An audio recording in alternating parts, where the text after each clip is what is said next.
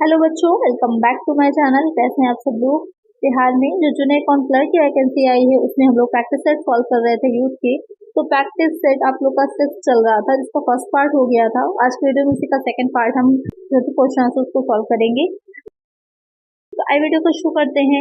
शुरू करने से पहले जिन बच्चों ने चैनल को सब्सक्राइब नहीं किया सब्सक्राइब कर लीजिए। देखते हैं आपको ज्यादा, लेकिन सब्सक्राइब हम लोग करते हैं। सब्सक्राइब कर लीजिए, फ्री है। वीडियो अच्छी लगेगी लाइक कर दीजिएगा और फ्रेंड्स साथ शेयर भी करना है।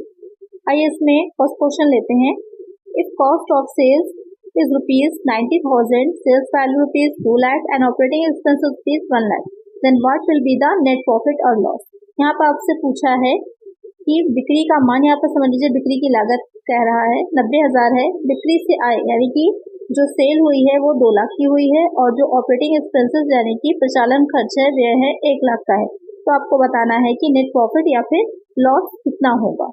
तो फिर 5 लाख का, 10,000 का, 1,95,000 प्रॉफिट या फिर 1,95,000 लॉस। तो ध्यान में दीजिएगा, यहाँ पे लॉस और प्रॉफिट अलग अलग बता रखा है। तो सिर्फ आप इमेज में देख लीजिएगा कितना आ गया, आंसर आपने लगा दिया। साथ में प्रॉफिट है या लॉस है ये भी आपको देखना है। तो यहाँ पर इसको हम सॉल्व करेंगे। कैसे सॉल्व करेंगे आइए देखते हैं।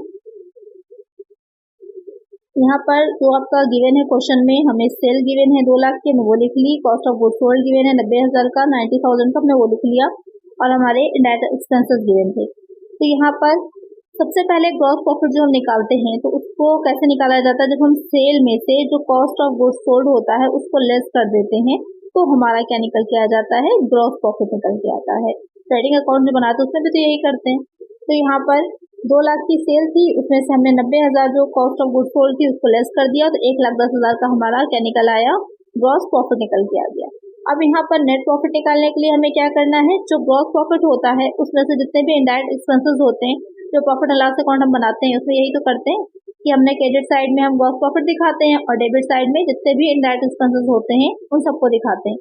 लेस कर देते हैं तो क्या निकल के आता है हमारा, नेट प्रॉफिट। तो 1,10,000 में से हम 1 लाख को लेस करेंगे, हमारा 10,000 का क्या हो जाएगा, प्रॉफिट निकल करके आ जाएगा, नेट प्रॉफिट निकल के आएगा। आपके क्वेश्चन में भी यही पूछा था, तो क्या हमारा आंसर होगा कि नेट प्रॉफिट हमारा 10,000 का हो जाएगा। तो यहाँ पर 10,000 का क्या हो जाएगा, प्रॉफिट हो जाएगा। यही होगा हमारा करेक्ट आंसर। तो करेक्ट आंसर हो जाएगा ऑप्शन बी। बस आपको ये पता होना चाहिए कि कैसे निकाला जाता है ग्रॉस प्रॉफिट या फिर नेट प्रॉफिट, आपका आंसर बिल्कुल करेक्ट होगा। इसी तरह आगे इजी से क्वेश्चंस आते हैं, बहुत ज्यादा डिफिकल्ट नहीं आएंगे। फिर नेक्स्ट क्वेश्चन है, अ फ्लेक्सिबल बजट इज, लोचदार बजट है। इस पर एक वीडियो आप लोग की आएगी जिसमें हम बजट के बारे में पढ़ेंगे कि बजट क्या होता है और बजटरी कंट्रोल क्या होता है। इससे रिलेटेड क्वेश्चन भी आ सकते हैं, तो उसमें जितने भी टाइप के बजट होते हैं उनको भी पढ़ लेंगे और कुछ एमसीक्यूज भी हम सॉल्व कर लेंगे। इसमें क्वेश्चन में पूछ रहा है कि फ्लेक्सिबल बजट क्या होता है। तो one where departmental functional managers are given description over the application of spending limit, जिसमें भागी कार्यशील प्रबंधकों को खर्च करने की सीमाओं के अनुप्रयोग पर व्यय दिया जाता है। One where the budget is permitted to alter to reflect change in activity level, जहां कार्यकलापों के स्तरों में परिवर्तन दर्शाने हेतु सुधार करने की अनुमति होती है। On where managers are given discretion as to the investigations which are carried out into variances revealed by budgetary control report, जहां प्रबंधकों को ऐसे जांच पड़ताल करने का विवेकाधिकार दिया जाता है जिन्हें बजटीय नियंत्रण रिपोर्टों द्वारा ज्ञात परिवर्तनों में किया जाता है। One which allows departmental managers to design their own budgetary control reports, इसमें विभागीय प्रबंधकों को यह अनुमति दी जाती है कि वे अपनी बजटीय नियंत्रण रिपोर्ट का विकल्प तैयार कर सकें। तो यहाँ पर बजट जो होता है, बजट में आप एक्सपेंसेस जो हो रहे हैं हमारे, जो इनकम हमारी होगी कितनी होगी भविष्य में, उसके अकॉर्डिंग आप अपना एक एस्टिमेट तैयार करते हैं, वही बजट कहलाता है। यहाँ पर फ्लेक्सिबल बजट, लोचदार बजट नाम से ही क्लियर होता है। ये क्या होता है, एक्टिविटी जो भी हम काम कर रहे होते हैं, जितनी भी हमारी क्षमता होती है उसके विभिन्न स्तरों पर तैयार किया जाता है, ये देखने के लिए कि कितने पर काम करने पर हमारा ज्यादा प्रॉफिट होगा, तो वो आपका फ्लेक्सिबल बजट कहलाता है। यहाँ पर जो आपके ऑप्शन दे रखे हैं उसमें हम बात करेंगे करेक्ट कौन सा है, तो ये आपका बी पॉइंट करेक्ट हो जाएगा कि one where the budget is permitted to alter to reflect change in activity levels, यानी कि जितना जो आपके भिन्न स्तर हैं कार्य करने के, जो आपका जहाँ तक कार्य कर सकते हैं उसके भिन्न स्तरों तक कार्य करने पर कहाँ पर सबसे ज्यादा आपको प्रॉफिट मिलेगा। करेक्ट आंसर क्या हो जाएगा, ऑप्शन बी। जो फिक्स बजट तैयार किया जाता है, स्थिर बजट होता है, उसमें कोई भी आप चेंजेस नहीं कर सकते, जैसा है उसी के अकॉर्डिंग आपको काम करना है। लेकिन यहाँ पर अगर आपको 500 यूनिट्स बना रहे हैं, 600 बना रहे हैं, 800 बना रहे हैं, 3 के लिए आपने बजट बना लिया अपना, आप देख रहे हैं कि आपको 600 का उत्पादन करने पर ज़्यादा प्रॉफिट मिल रहा है, तो अगर आप 800 का कर रहे हैं तो आपको 800 से 600 पे आ जाते हैं।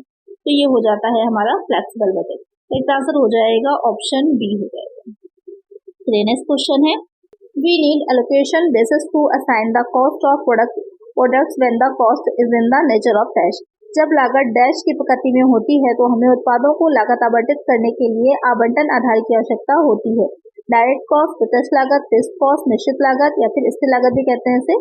इनडायरेक्ट कॉस्ट, अप्रत्यक्ष लागत या फिर संक कॉस्ट, डूबत लागत भी कहते हैं या फिर फल लागत कहा जाता है इसे।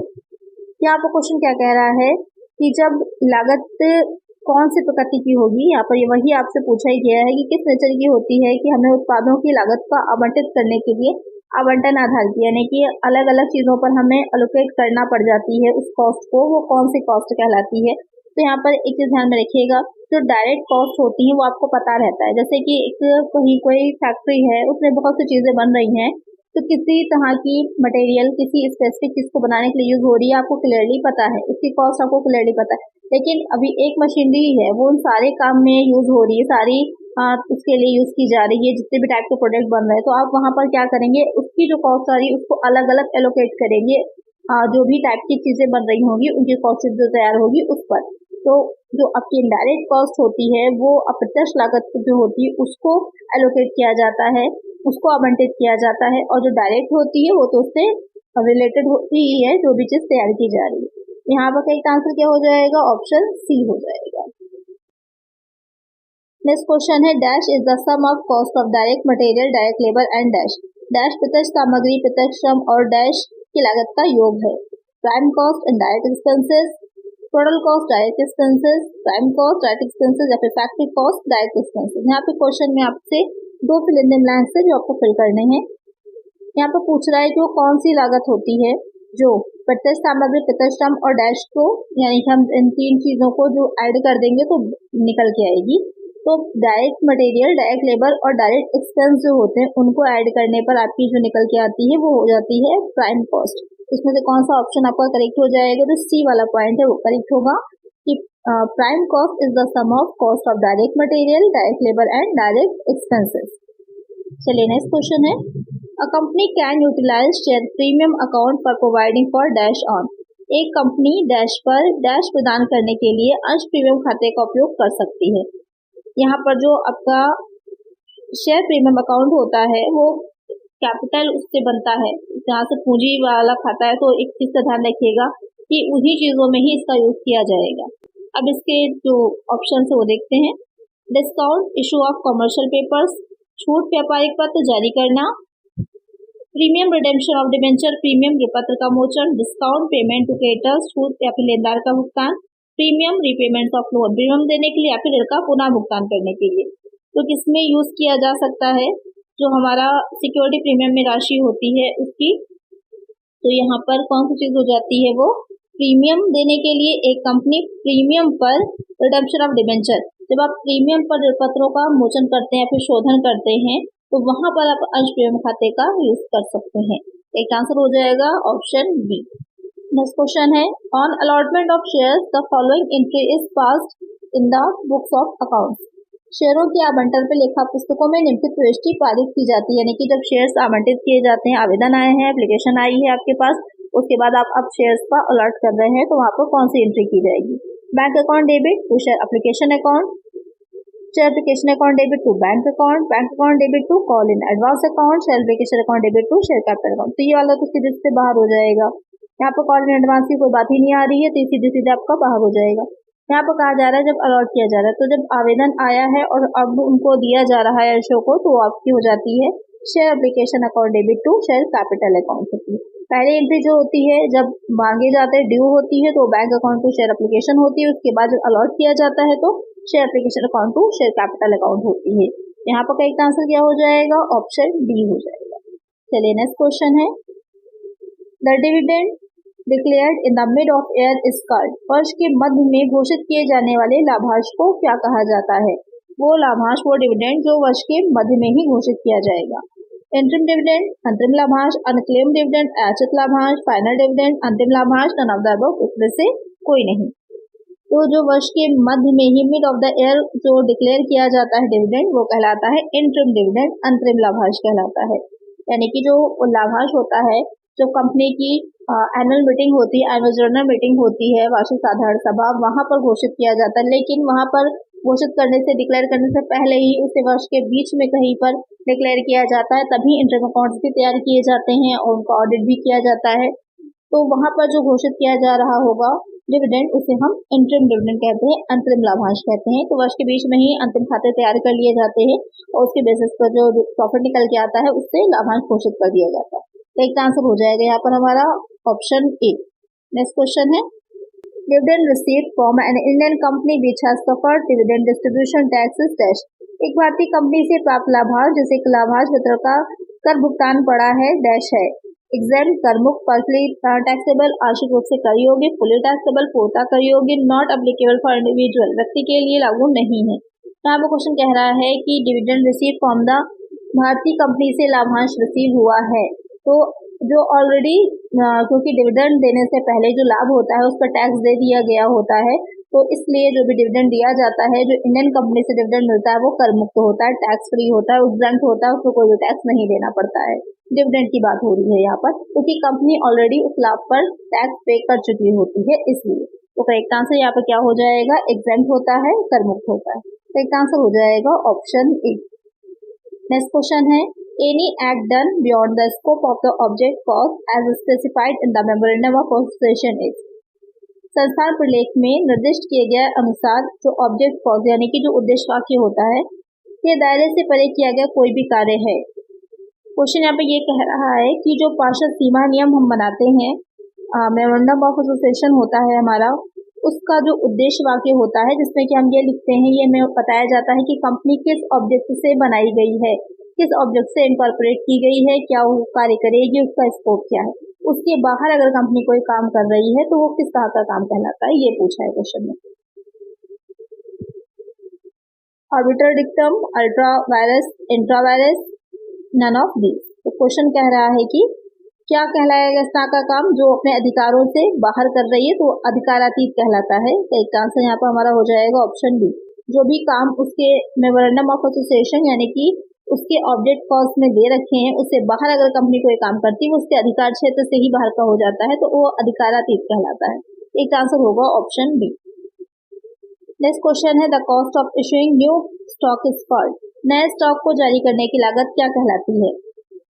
Rotation cost, the cost of equity, marginal cost of capital, none of these.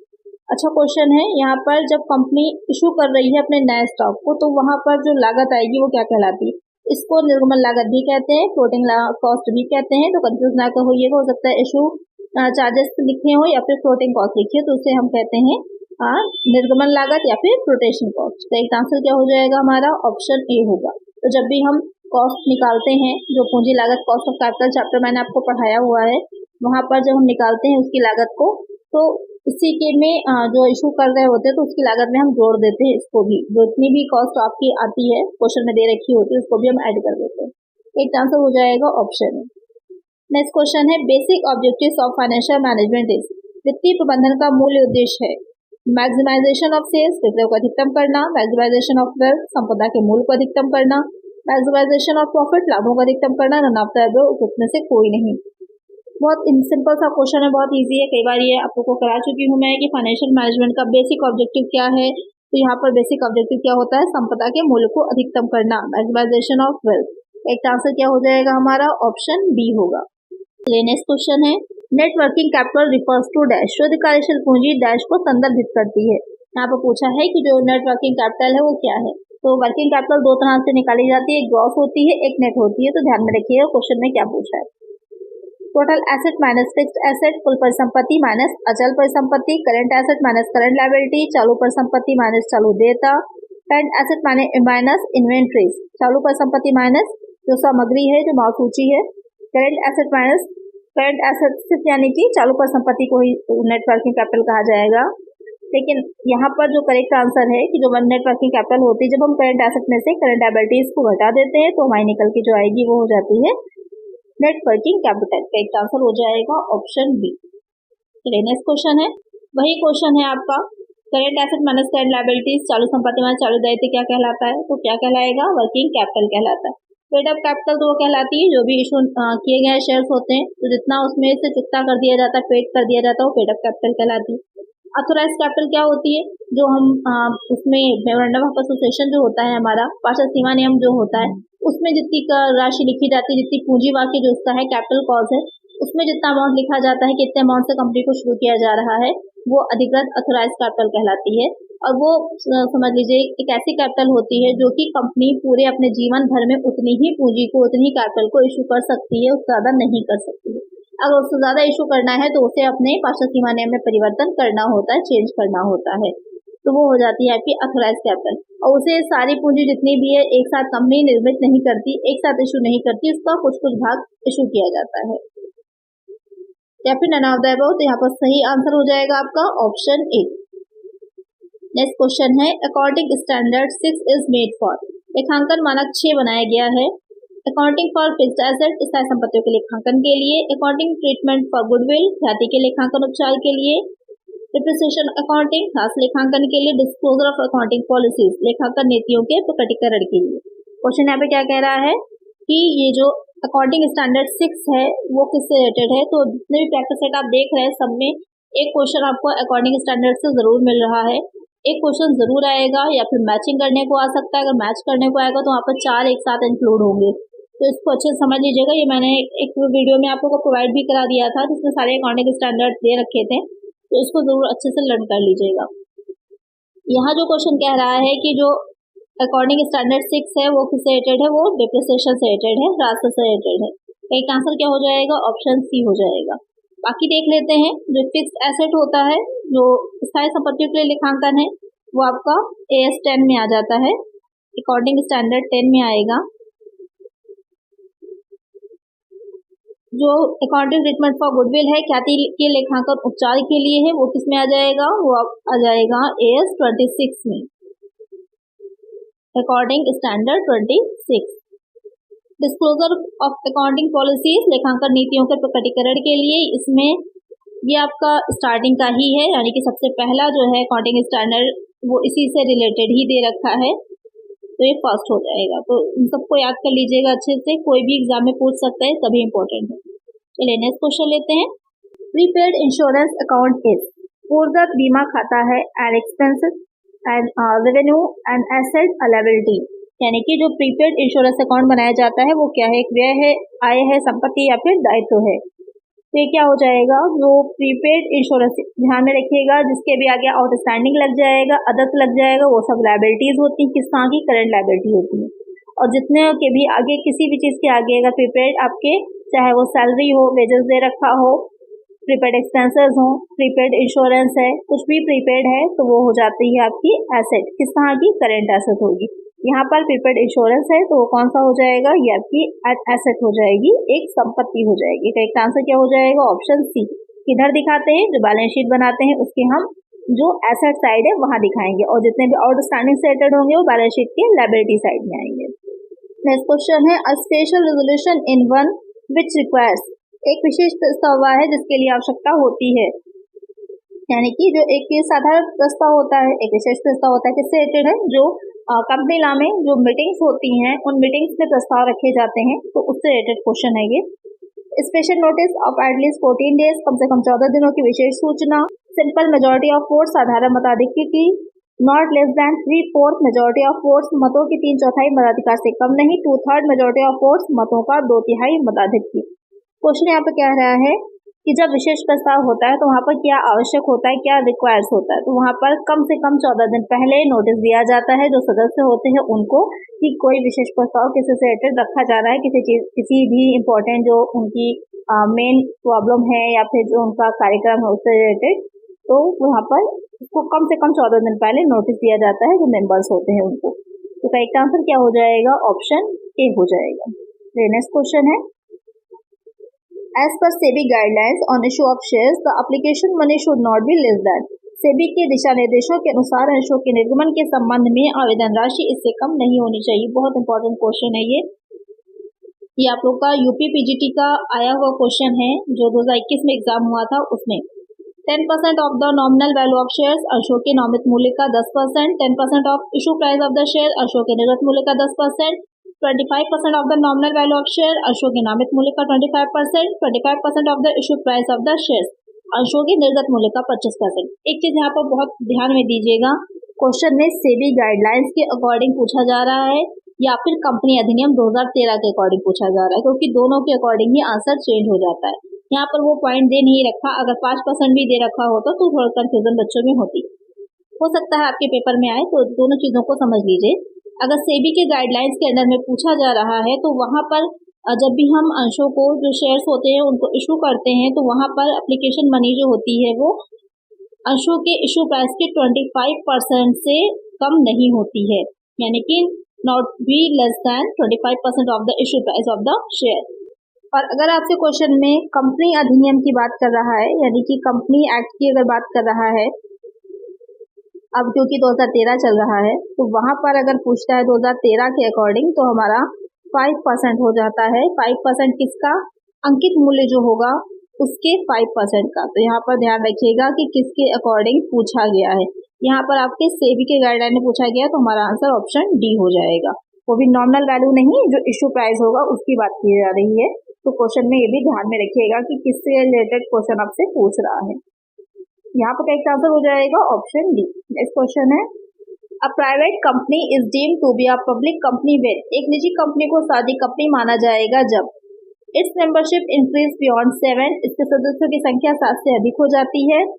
It increases it's paid up capital beyond ₹50 lakh, इसकी दत्त पूंजी 50 लाख रुपए से अधिक हो जाती है। Not less than 25% of its paid up share capital is held by one or more bodies corporate, इसकी दत्त पूंजी का कम से कम 25% भाग एक या एक से अधिक निगमित संस्थाओं द्वारा अधिग्रहित हो या फिर इस directors fail to take up qualifying shares within a stipulated period, इसके संचालक निर्दिष्ट समय में योगदान ग्रहण करने में असफल हो जाते हैं।